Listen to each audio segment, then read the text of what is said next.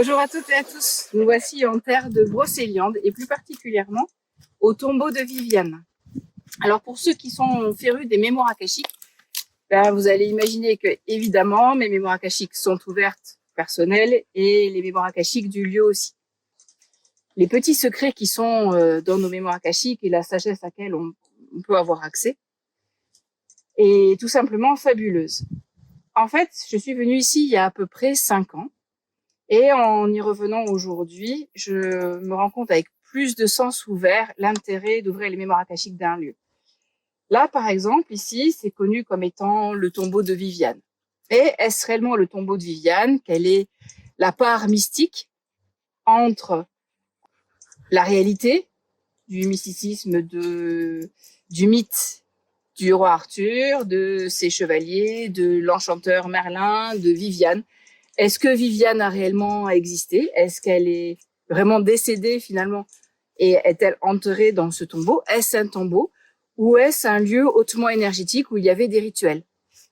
Alors en fait, ce que je trouvais dans mes mémoires, c'est des mémoires passées où je faisais partie de ces femmes. J'ai récupéré des fragments ici qui me demandaient, pour honorer le divin féminin et honorer les mémoires du passé, à faire un petit rituel ici avec des fleurs au niveau de ce tombeau, qui est en fait un endroit énergétique où l'on pouvait s'y allonger.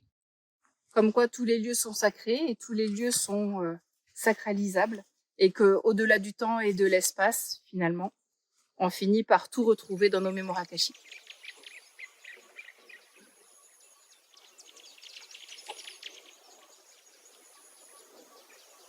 Le tombeau de Merlin est un des sites sacrés les plus visités en France, et particulièrement dans cette forêt mystique et sacrée de Brocéliande.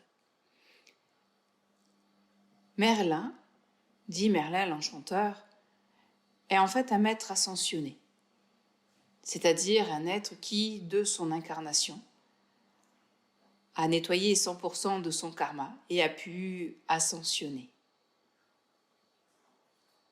a vécu l'illumination pleine et entière. Ce qu'il y a de fascinant dans ce lieu, c'est qu'il y a comme un effet miroir avec le tombeau de Viviane. Autant le tombeau de Viviane est un site dédié aux femmes, autant le tombeau de Merlin est un lieu destiné aux hommes. C'est eux qui avaient la priorité de leur rituel sur le tombeau de Merlin. Il est composé d'une cheminée cosmotellurique et il est l'autre partie du vortex qui relie le tombeau de Viviane au tombeau de Merlin. J'ai bien sûr, encore une fois, ouvert mes mémoires akashiques. Sinon, ça ne s'appellerait pas géobiologie akashique. Et j'étais guidée par Merlin lui-même, dans la vue de ses rituels où il m'a expliqué quel était le rôle des hommes, le rôle des femmes. Puis il m'a menée dans la forêt, un petit peu plus loin, regarder les herbes, les plantes. Et il a commencé à m'enseigner le rôle des feuilles de chêne, des petites pousses, ou d'autres herbes que l'on trouve sur place avec lesquelles il se nourrissait ou il faisait des onguents particuliers.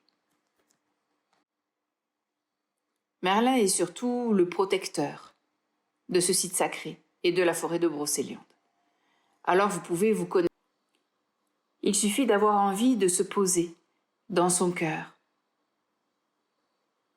de regarder depuis l'espace de son temple intérieur pour voir, sentir, goûter, écouter, ressentir. Être en harmonie tout simplement avec la terre-mère.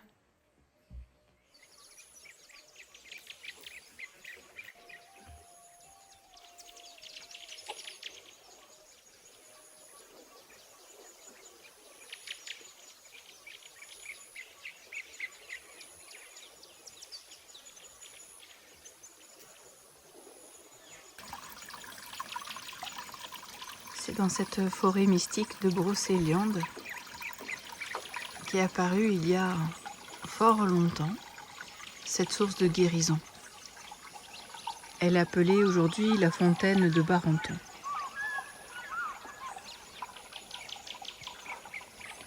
À bien y regarder, il y a encore des rituels, en témoignent ces pétales de rose.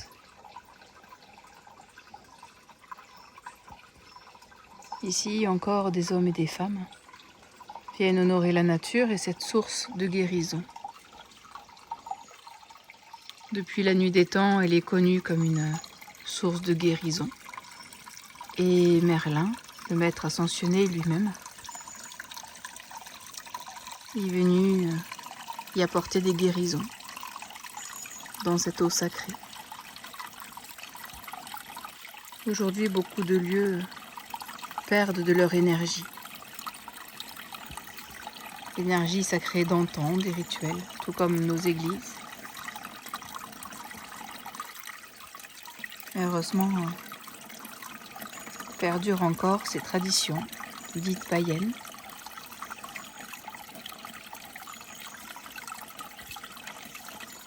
Et certains continuent de préserver et cet écosystème naturel et la beauté de ces lieux. La beauté de cette lumière très mystique.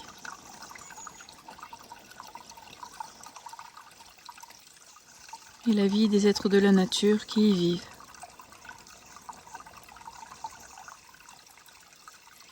Les fées, les gnomes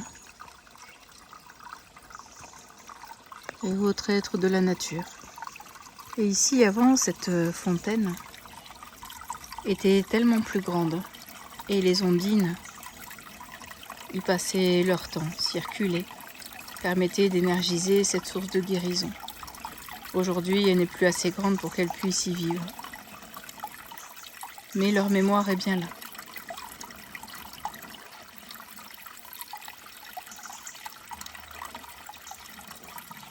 Alors à tous les amoureux des êtres de la nature et de cette mystique forêt, rien qu'à y regarder la lumière qui y entre, tout est si lumineux, si merveilleux, si paisible, quand les touristes ne sont pas là. Juste à écouter le ruissellement de cette rivière et se connecter à la beauté de ces arbres, où chaque arbre a son histoire, chaque arbre a son esprit, son faune. Elle est vivante.